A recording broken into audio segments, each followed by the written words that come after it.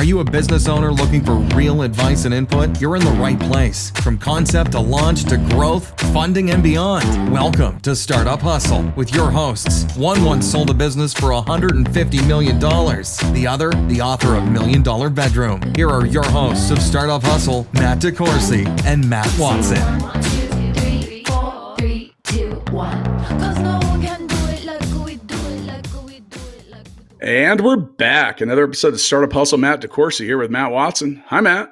What's going on, man? Trying to get funded, dude. I got funded. You did? Yeah, I got the PPP money. That's a different kind of funding. Yeah, I'm trying to raise some capital for the Startup Hustle podcast, man. I feel that after 300 or more episodes, which, by the way, have all been brought to you by Fullscale.io, who can help you build a software team quickly and affordably, I think we've proven the concept. So, You got a business plan? Yeah, You got a and forecast? I got it all. I got a I'm the 47 MVP. I got a 47-page pitch deck. I've got at least 80 pages of the business plan that everyone wants to read. My one-pager is so amazing. It's actually 6 pages long. And so with that, I thought that it would be a good time to bring in John Fein, who is the managing partner of Firebrand Ventures. Now, those of you listening know we love it when you're interactive. So go to firebrandvc.com. If you want to check out John or Firebrand on the social medias, it's at John Fein, and that's Fein, or at Firebrand VC. John, welcome to Startup Hustle. Hey, thanks for having me, guys. I think we're getting this podcast funded here in the next 30 to 40 minutes easily. But before we get into that whole thing, can you give us a little background about Firebrand and yourself, and maybe 8 to 10 reasons why you'll fund the podcast?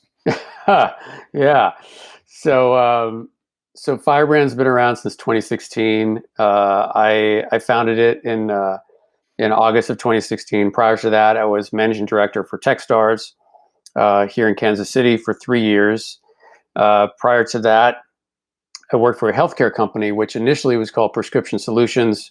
I joined them when I was still living in California. So I was born and raised in Boston, and went to college in Massachusetts, moved to San Diego about a year after I graduated, and ended up staying in San Diego for 15 years. That's where I got married. We had our son out there. And I actually ended up working for 5 different startups, one of which I co-founded while I was living there. And after having done 5 startups back to back, I needed a break, and so I decided to get what I thought was this quote unquote normal job, working for this company called Prescription Solutions. And Prescription Solutions was sort of at the forefront of the mail order pharmacy trend, sending prescriptions through the mail. And so they had outgrown their mail order pharmacy in San Diego, and they needed to open one up in the middle of the country. And by the time they hired me, they had already picked a location, which was Overland Park, Kansas. And I'd never been to Kansas City. I'd never even been in the Midwest before. And about 2 weeks into the job, they called me in and said, here's this $100 million budget, and we need you to go to Kansas City and spin up this new operation from 0 to 1,500 employees and about $2 billion a year in revenue. You got to go live in 9 months. And at that point, it was just a shell of a building. And for those of us in KC,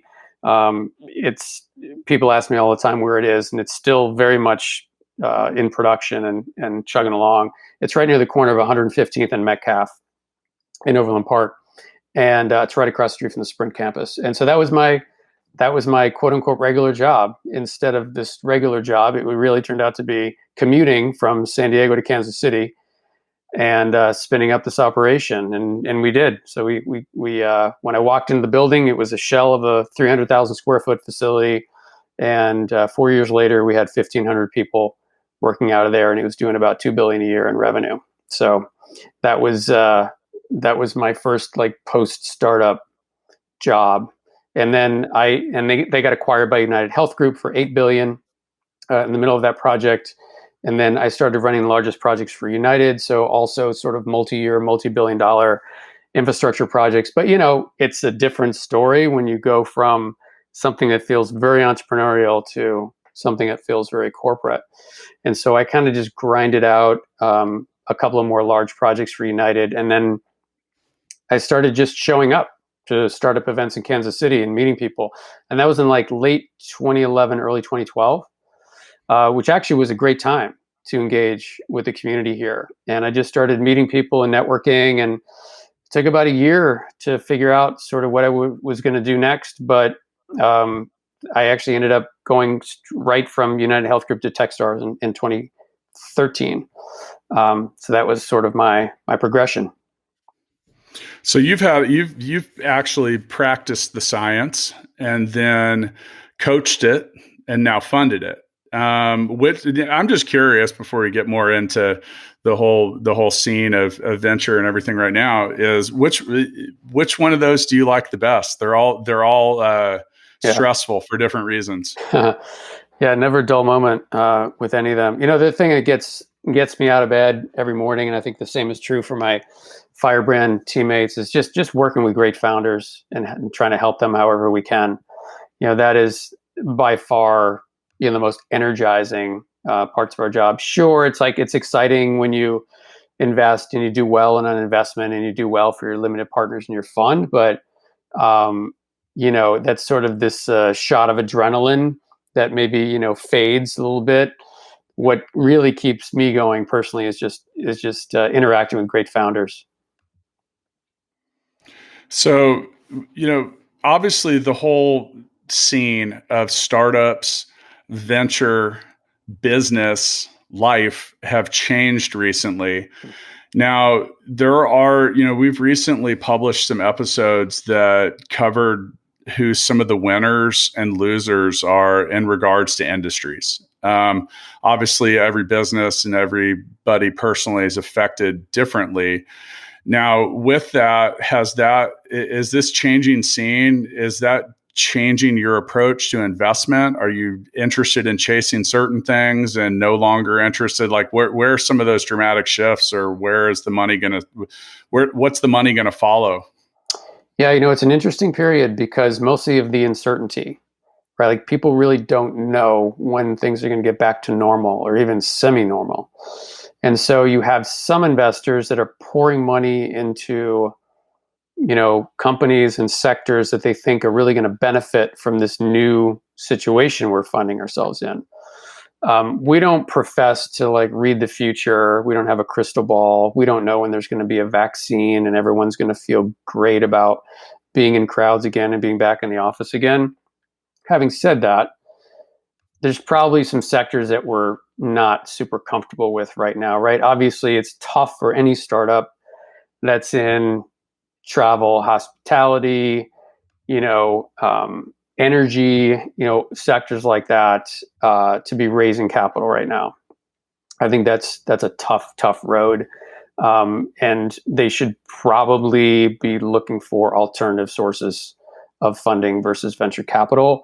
Beyond that, it really hasn't changed our approach too much. We do feel like this could be the opportunity for us to invest a little earlier in earlier stage companies than we normally would. We think this is a great time to be just heads down building versus worrying about your revenue that just got chopped by 75%. And so those are some of the ways we're sort of adapting to this new situation.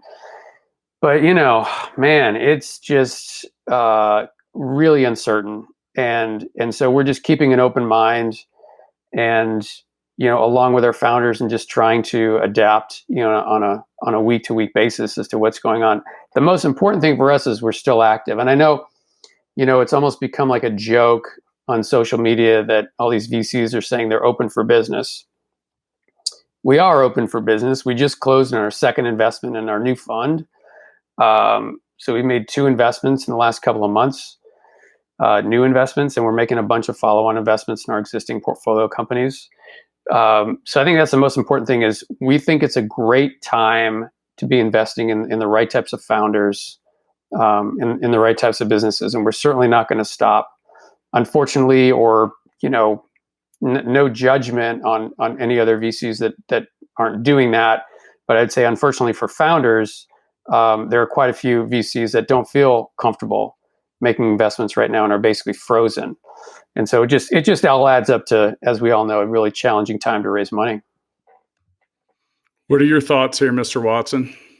Well, I mean, I know several people that were close to an investment and then it all of a sudden didn't happen. And I was talking to a potential VC that was interested in doing something, and they're like, we're going to wait 4 to 6 weeks now, and we'll pick the conversation back up. We're still interested, but let's wait 6 weeks. Let's see if the whole world dies, or what's going to happen.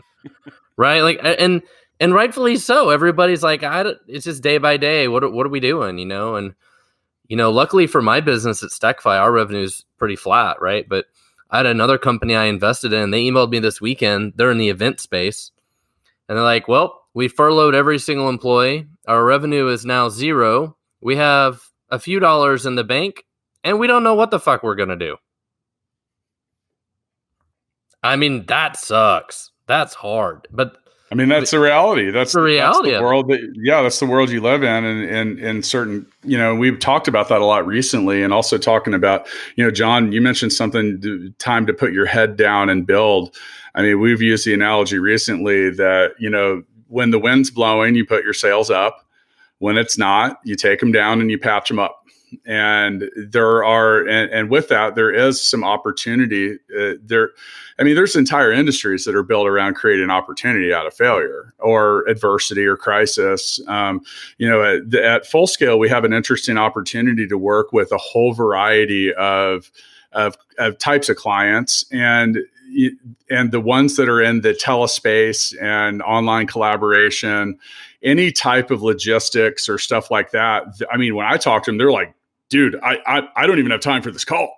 We're up 600%, like we can't even keep up. Like, how fast can we deploy people, and then, for the exact things you mentioned, anything that's related to travel events, anything that was cash flow heavy based on people being around other people. I mean, it's just on a full time out. And I think there's going to be an interesting, we'll see who comes out of that. I mean, as I've been highlighting my old age lately. I went through this in 2008 and I was old enough to remember it. And I saw entire industries fail that weren't completely unrelated to housing, That's right. And that's the thing is, when that spending seizes up, it changes a lot of things. Now, recently, and some of my, so when I almost got stuck in Cebu in the Philippines during this, I had recently read a letter that Sequoia Capital had issued. I'm sure you've read it, their Black Swan of 2020 letter, which I thought was loaded with very good advice. It was very straightforward. And it was like, hey, look, this is what it is, and you need to prepare for it to be a long year. Now, and for those of you listening, go to Firebrand. That's exactly like it sounds. Firebrandvc.com. Check out the portfolio page. And you're involved with a whole lot of different companies. It's your job. Their success is your success. So much like Sequoia Capital issues this letter to the companies that they're involved in, they're saying, hey, look, you need to do what you need to do. But in our experience, this is what we found. What kind of message are you directing, or what kind of conversations are you having with your portfolio companies that seem to be of the highest value right now? Yeah, it's an interesting. The whole thing is, this is all new, right? Like you said, I went through 2008. I went through 2000 and 2001. We've never experienced anything like this before, with the speed with which this has happened, and entire sectors being shut down. At the same time, we don't want to necessarily give blanket advice to everybody. Like, this is what everybody should be doing right now. I mean, yes, it's important to cut costs, conserve cash, and make sure you survive this thing, because survival is number one in any downturn. But and we have a couple of companies that are thriving, and so they don't want to take their foot off the gas, because this is actually creating opportunities for them. However, that notwithstanding, most of the companies are like, yes, you have to cut costs, and survival is mission number one. Just survive, and if you can survive, let's see what happens after that, right? And I think there was a frenzied period. I think it was when things really started shutting down and people started staying home, where like all the other investors, like we were inundated. Like, so by that time we had 27 companies in our portfolio, and we were rightfully so inundated with calls with our founders, just trying to walk them through this whole situation. And a couple of things we found were really helpful. One was, have survival in mind right at the outset. Your goal is to survive this thing. Like, don't get cute. Don't procrastinate. If you need to cut now, and just make sure you have the runway to get through this thing. But also create scenarios. I think scenario planning is really key. I think some founders are pressured to predict exactly when things are going to get back to normal. Like, oh, so we're going to assume that things are going to get back to normal on May 30th, and then that's what we're basing our entire plan on. It's like, well, nobody knows. So let's create scenario A, scenario B, scenario C, and go from there, and then revisit these on a weekly basis, if not more frequently, to see where everything is. And I think that way you're dealing with it on a case by case, business by business basis, rather than just trying to give universal advice to everybody. And I think that was where we spent and are still spending a lot of our time, is kind of like helping our founders walk through those different scenarios. And basically it's like think of it as like each subsequent scenario is an escalating scenario where they might have to cut more costs, they might have to adapt their business model, whatever it is. Yeah, I couldn't agree with you more on the scenarios thing. I've created so many different scenarios over the last month for Full Scale that honestly, we've had a couple moments where I would be on the phone with the our COO, and I'd be like, are we looking at the same scenario? Just like so many tabs and some of that. And I think that's really healthy. Yep. It gives you a lot of, and the thing that for myself that's been challenging is, like you mentioned, is just having no realistic idea of what could happen tomorrow. And, and where that changes. Some businesses are, well, like Matt had mentioned, a business that was in the event space. And they're like, hey, we don't have any revenue. We furloughed everyone. Like, well, I mean, at Full Scale, that wouldn't be possible. Those people are providing services. They're providing tech services for people. And then, we had to figure out, a lot of clients shrank their spend. Like, where's the bottom with that? What do we need to do this? What do we need to do that? Who is unlikely to pay their bill, even though they will tell you that they can, and just different stuff. And like, that was one of the very first things that we did, was kind of just determining where our higher risk scenarios were, like, just what could or should happen. And then the thing that was honestly, as being an operator in the company, that was the hardest for me was, dude, no one had created a viral contagion policy or protocol, or like what we do. And like, our office is open 24 hours a day. You can get into it with biometric scanning. We had to like shut that off because our employees kept coming to work. We're like, go home, stay home, stay safe, and just like doing all that stuff. And, you're trying to create things on the fly while dealing with everything else. And I have a whole new respect for prior proper planning preventing poor performance. Is that wow? That's very alliterative. Watson said he's down with PPP. I am. So I thought that I could go like twice as good. That's a lot of P's, right? So, Matt, I'm curious from Stackify's point of view and yours as well, so I think the contingency planning and the scenario planning, and also other things like for example, I think certain actions and activities can also really be done in poor taste accidentally. Like 3 weeks ago, I was like, hey, we need to turn off all of our marketing automation. like in certain things, like you can really, there's just certain stuff that you have to completely revise. What were the conversations y'all were having at Stackify, Matt? Yeah, I mean, like most companies, we kind of reviewed what we were spending all the money on. And you mentioned, doing things in good or bad taste. And, one thing we were counting on was a price increase. And it wasn't so much a price increase, but it was changing our pricing model around. And so we went ahead and rolled that out, but we didn't roll it out and force all our existing customers into the new pricing model, because giving everybody a price increase right now sounds like the worst idea in the world, right? It's just not a tasteful thing to do.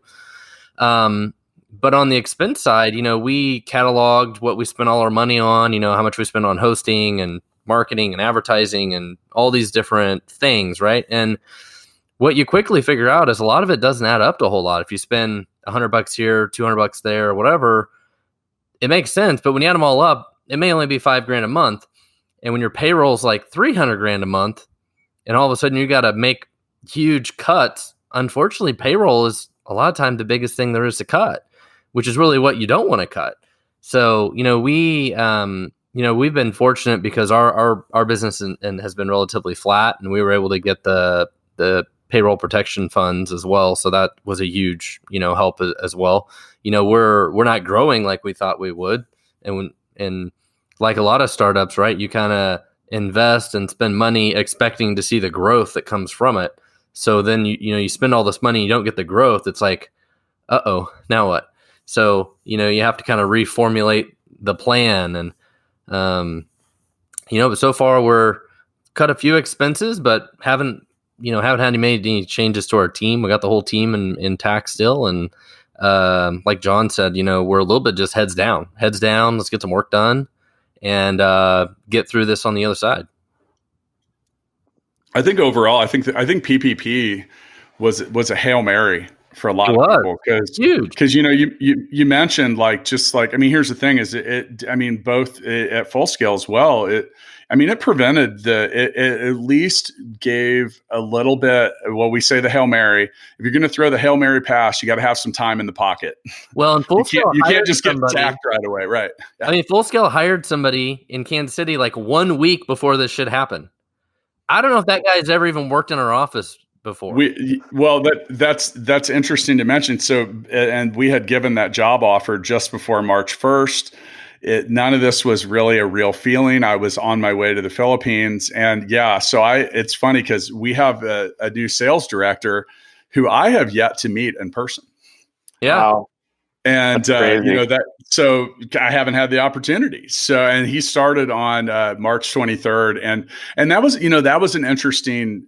You talk about interesting things. So we locked the Full Scale office in Cebu City down on the 15th of March, and we were a little ahead of everyone else. We're about a week ahead of the standard there. But you have these questions like, hey, we got this new person starting and this and that. Now, the one thing that I didn't not want to have was sales people. And I knew that, because I've primarily been the salesperson. And, I realized that I'll tell you what, if we had decided to not continue forward with having our sales guy start, who, by the way, on his first day, I was literally like, so dude, you were probably starting on the worst possible day other than like 9/11.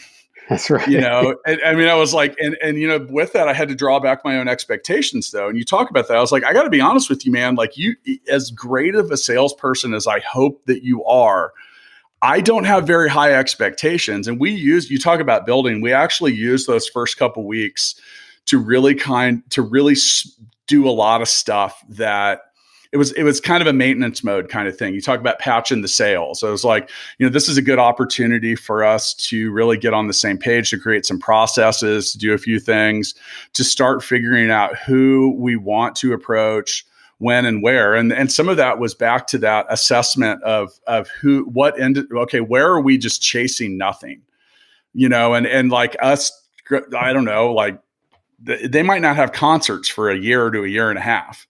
I mean, that's so that in certain industries, trying to chase them down, really wasn't it. So on the flip side of that, who's winning out of this? And we actually have done a pretty effective job. We've actually signed up new clients quite a few of them, a lot more than I was expecting over the last few weeks. So, there is activity going out there. People are still innovating. They're still building tech. There's still a massive shortage of programmers that when it compares to domestic stuff. And then you have other weird things like today, they basically shut off immigration. And, some of those people do tech jobs and different stuff. So it's every day it's a different, I mean, oil was free yesterday, like however that works. Like if I filled up my swimming pool. Matt, that part of the business plan for the podcast where we were going to build that massive oil storage facility and you called me crazy, I would have looked like a genius. But I don't know. I've stated recently that anything that I knew about economics is false. I don't understand. I think America's greatest innovation is still the mint. Like, out of money, let's print more. Well, speaking of printing money, John, so when at Firebrand, what kind of businesses, let's forget all the lack of normalcy, as we'll say. I mean, what kind of businesses do you guys like to invest in? At what stage and what size? Yeah, we're sort of a traditional seed stage investor, and so what that means for us is that we love to see startups with some traction, some revenue traction. The sort of rule of thumb that is not set in stone at all, but guideline we use if it's a SaaS business, we like to see like at least maybe 10 or 15K MRR, something like that. That gets our attention, makes us think, hey, they can execute, they can make a product, sell a product. Maybe this is an early indication of product market fit. Geographically, we really try to stay between the coasts as much as possible, or if it's on the coast, it's in more underserved communities. So that's just another way of saying most of our investments are going to be outside San Francisco, Boston, and New York. We love places like Austin. We love Boulder and Denver. Love Chicago. Obviously, we made a bunch of investments here in Kansas City as well. For us, more than anything else, probably more than sector, is we really over-index on the team, which sounds super, super cliche these days. But that's really what I've personally learned from a lot of the mentors I've had over the years, who have had decades of experience as VCs and angel investors, is just how incredibly important it is to get to know the founders before you invest. Let them get to know you. Because like any great relationship, it's a two-way street, and like build that relationship, build the trust, and try and do that before you write the first check. And that's sort of like our recurring theme at Firebrand. And our sort of tagline says that we invest in trusted relationships with exceptional founders. And we definitely do that more than we invest in the startup themselves. Of course, we have to love what they're doing. We have to love the market and the product and so forth. But for us, it's always going to come back to the team. And then post investment, our job is to support that team however we can, to be there for them, to be a sounding board. Sometimes we help certain companies with very specific things, like raising another round, bringing other investors to the table, trying to find strategic partners, whatever. And then other founders, we're kind of like a support system or a sounding board more than anything else. And just they like to know that we're there for them whenever they reach out, that we'll be responsive, we'll be accessible. And we love founders that do that. And that's really what we try to get to know before we make the investment is, are these founders who are going to be comfortable asking for help, especially when they're struggling? Because that's obviously the most important time to get help. And you guys know, like, it's human nature sometimes when you're struggling to like retreat, right? Like you retreat into yourself and, you don't want to ask anybody for help. You're afraid that you're going to be seen as a failure or a screw up if you reach out to someone and say you don't know what to do, or you really messed up and made a mistake, and where do we go from here? We love founders that feel like trusting and secure enough to reach out during those times and really get feedback, not just from us, but from a variety of other people as well. So that's kind of how we invest and how we work with founders a little bit. I think 10 years ago, I would have been afraid to make that call, in that tough moment. And maybe that's just a little more maturity, or I don't know, something, or really learning to value the people in my network. Now, I want to go back to the, you said, oh, this might be cliche, but we like to invest in great teams and founders. We have basically asked people that do investment of any kind, do you like the jockey or do you like the horse? And overwhelmingly, jockey wins. Now, but I like to try to get more insight about what about founders. So we mentioned will they reach out for help, but what type of specific stuff is what kind of qualities, whether it's personality style or experience or really any of it? Yeah, that's an awesome question, because there's so many different character traits, right? That can add up to being a successful founder, and every founder is different. We sort of have two. This is how I personally think of it. There's sort of two categories of checklists, if you will. One of them is just basic prerequisites. It's to even move it forward in our investment process. Things like characteristics you look for from anybody that you want to be friends with or have a relationship with: honesty, integrity, good communication skills. They're respectful. They're very focused, able to tune out a lot of the noise and just sort of focus on their mission. Very determined. And then you get more into sort of the more sort of nuanced, complex category of traits, have these founders been personally affected by this problem they're solving? What have they done in their past that proves that they can execute? And it doesn't mean that they have to have had an exit of a previous startup, even though it's always nice to see. But what types of things have they built before? Right? Have they built amazing products? Have they built products, even if the startup ended up failing, can they build a beautiful product that delights their customer? And for us, it's a long game also. We're not interested in founders that are looking for a quick flip, for example. We want founders that want to build something iconic and lasting and really big and audacious. And so those are some of the things that we look for in founders. We have to be really aligned. It's kind of weird. On the one hand, we've made a lot of investments. On the other hand, we've been investing for a while. And so for us, the stars have to kind of align to really make it to the point where we're making an investment. It's easier for us to make an investment if we've known the founders for years, which obviously is not going to happen every time. But we just made an investment, but we haven't announced it yet. And they're kind of still in stealth mode, but I've personally known the founders for 7 years.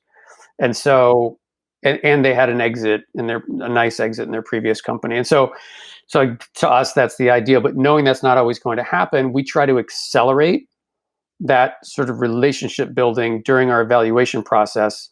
If we don't already have a pre-existing relationship with the founders, because we don't want to drag it out. We don't want to be too selfish and be like, well, wait, we have to get to know each other for the next 2 to 3 months before we'll make the investment. That's stupid. And that would be bad behavior on the part of an investor, I think. So we try to really cram in a lot of interaction with the founders when we're evaluating startups. What are a couple things that are guaranteed to get me not funded by you? Any type of dishonesty that's clear from the start, when things just don't add up too much. And then I would say, as a corollary to that, too much spin. So it might not be dishonest, but if things are really a stretch and they're spinning a lot of things in their pitch or for their business, that's not a great sign. Poor communication. I would say, sort of lack of follow-up or not delivering what they said they would. That's a red flag. So those are some of the things that just stand right out. And then I think one thing this is actually a really hard thing to do, as you guys know. I think it's hard for any founder. Is like, can you clearly articulate your business in a really super compelling way, and really cut right to the bone of like, what makes you better, what makes you different, why is this an amazing opportunity for everybody involved? And I think the founders that really struggle to do that really struggle, so that it's hard sometimes to even figure out exactly what they do, how they do it, what their approach to their market is. I think that can be challenging as well if they can't articulate that. So Matt, you've invested in a few businesses along the way. What are some of the things that turn you on when it comes to writing checks? For me, I think part of it is being interested in the business, understanding it, being passionate about it. Sometimes people come to me, in the past, and they want me to invest in something, and it's like, I just don't even care about what you're doing. Like, it's not something that interests me, and I think it's got to be, and ideally it's something hopefully I can add a little value to in some way or another. But people always ask me to invest in real estate or this or that, and I'm like, I don't know anything about real estate. I'm not investing in real estate. Now, maybe that would be a much smarter idea. I don't know. But, I a lot of times it's just got to be something I'm interested in. So, and you got to like the team. I think the team's really important. But it's really hard to know the team very well unless you've known them for years. Yeah, for myself, the one thing that you said is I want to be able to bring value. I want to have some understanding about what you're doing. I mean, I've actually had people that have had great ideas, and I've said, hey, you know what? I'm certain you're going to be successful. It's just not going to be with me as your investor. And they'll say, well, why? This is a great opportunity. I'm like, I don't know anything about anything that you're doing. It's not related to anything I have a strength at. I can't shorten the sales cycle for you by introducing you to anyone. Like, I have no value here other than a check. And I want to be more than that. And I think that's well, and another thing too is, like you said, Matt, if you don't have any interest in it, I mean, you're not going to give a shit about it. Yeah. It's like, it's just realistically, like, now on the flip side of that, well, I'll give you an example. Mixtape the Game. I worked in the music industry for almost 15 years. And we're going to play Mixtape the Game here in a minute. But when the founder of the game, who's now our chief marketing officer, put it in front of me, I was like, dude, I get it. This makes so much sense. Why doesn't this have an app? He's like, well, why do you think I'm here, Matt? And so Full Scale built Mixtape an app, which you can find on iOS and Android. But now it's time for us to play. So John, have you played Mixtape before? I have not. There's a first time for everything. So I have pulled a card out of the Mixtape deck, or perhaps I'm viewing it on Mixtape the app. Once again, on iOS and Android. I'm going to read a scenario that happens to be very suitable for today's topic. And I'm going to read the scenario. We are all going to name a song that comes to mind related to the scenario. We will pick the winner. You may not vote for yourself. Okay, here we go. You just sold a successful company that you built with your bare hands from the ground up. As you walk down the soon-to-be empty hallways and think all about the people that have helped you make it what it is, the challenges and the victories, what song is playing in the background? Oh my God, this is hard. It is. And now the first thing that comes to mind now, for me, I'm kind of like still feeling like we are the champions. And I know that feels kind of cliche, and Watson was probably going to, I'm guessing by your reaction, that was your guess. Well, you should have spoken up, buddy. You guys were both looking stumped.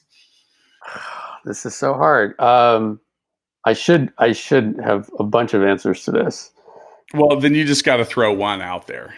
But Watson, do you want that answer? Do you need that? I'm going to go with another Queen song. Oh gosh. All right. What do you got? I'm going to go with Don't Stop Me Now. All right. Let's see. I'm gonna go with. Oh man, what would be a good celebration song? I don't know. Maybe "Back in Black" by AC/DC. Ooh. That's good. I like that because I can kind of see what was his name? The Angus. He does that Angus thing where he's Young. like kind of Yep. like kicking his leg all the way across the stage, ripping a guitar Exactly. solo. I could see doing that, going down that hallway That's right. after an exit. You got my vote, John. So All right, love John it. wins. You vote for John as well? John wins. Matt sucks. Congratulations. You are the winner of Mixtape the Game. So, all right. So we usually end episodes of Startup Hustle. Now you are the founder of Firebrand, right? Correct. Yep. Okay. So then you're eligible here. So we do what we call the Founders Freestyle. We will start with you here momentarily, John, but we talk about a lot of different stuff and a lot of different topics. This can be used to resolve. It can be used to advise. You can just rap if you want. You can do whatever you want. It's a freestyle, but so as we round out, once again, another great episode of Startup Hustle brought to you by Fullscale.io. With us today and about to have his freestyle was John Fein. That's spelled Fein for those of you that want to find him on social media, on Twitter at John Fein or Firebrand VC, also found on the internets at firebrandvc.com. So, John, what would you like to say to the hustlers out there on the way out of this episode? Well, no one wants to hear me rap, including myself. We do. We do. So I would say, especially when it comes to founders that are outside the Bay Area or Boston, New York, think big. You gotta be audacious. This sounds super corny, but it's true. Especially not to go dark on this topic, but like any of us, especially have lost any loved ones in our life, it reminds you that life is super short, and sometimes you only get one crack at something, right? And sometimes you may only have one crack at doing a startup, and it will take you the exact same amount of time, effort, stress, everything to go big as it is to not go big, right? And so my advice to startups is don't be afraid to go for it. Don't be afraid to be misunderstood, and just be incredibly audacious and make sure it's something that you're obsessed with, because that's what's going to get you out of bed every morning. That's what's going to enable you to survive the roller coaster ride that we all know startup life is. Find something you're incredibly obsessed with and go big. Mr. Watson, you're up.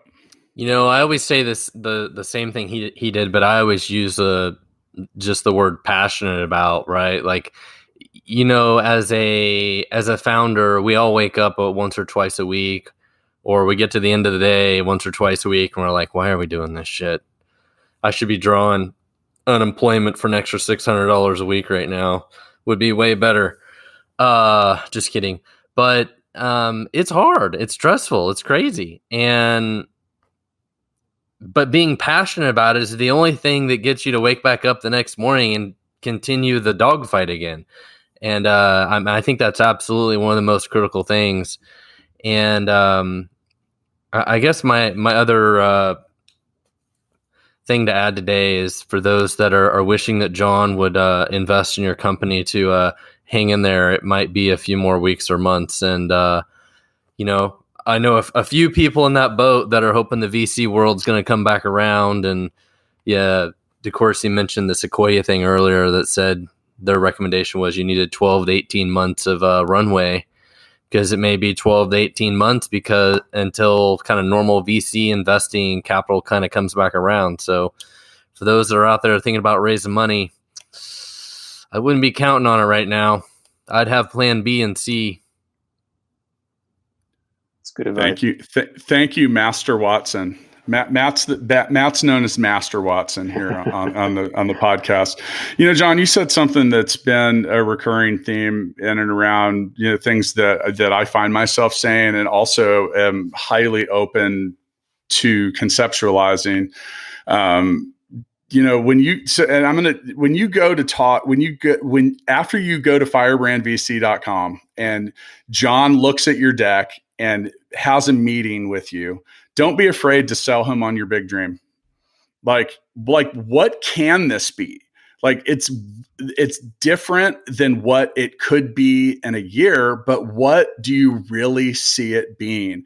I think the thing that stands out the most when it comes, you got a shot. If someone's gonna listen to you, take the shot. You're gonna miss 100% of the shots you don't take. Sell people on your big dream, not on how you are trying to just make it to 6 months from now. What is your overall vision? How many moves ahead on the chessboard do you see?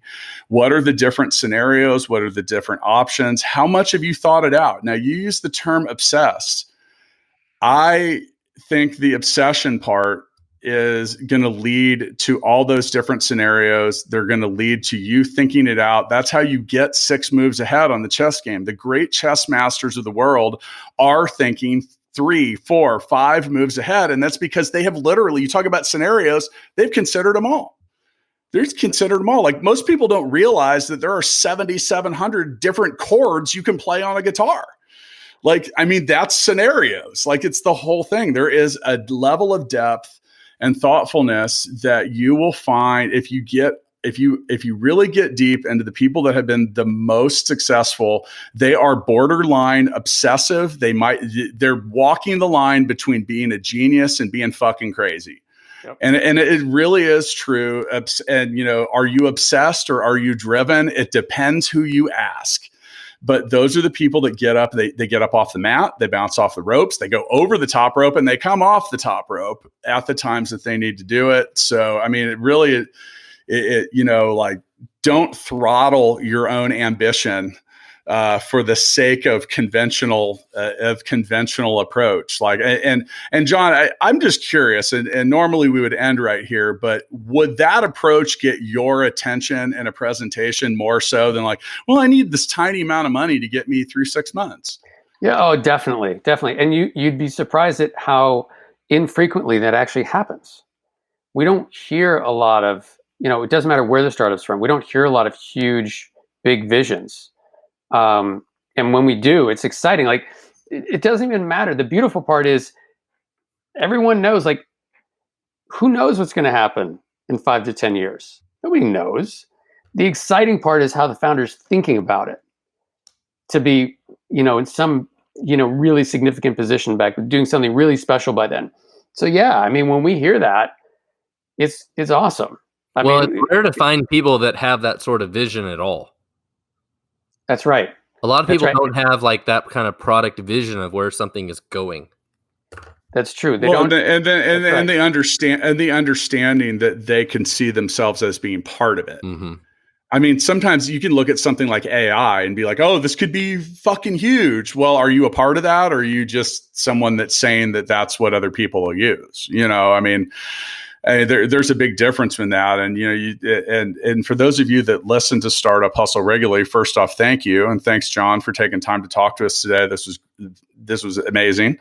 But, listen to this is becoming routine. Investors want to invest in you. And therefore, it's up to you to sell you.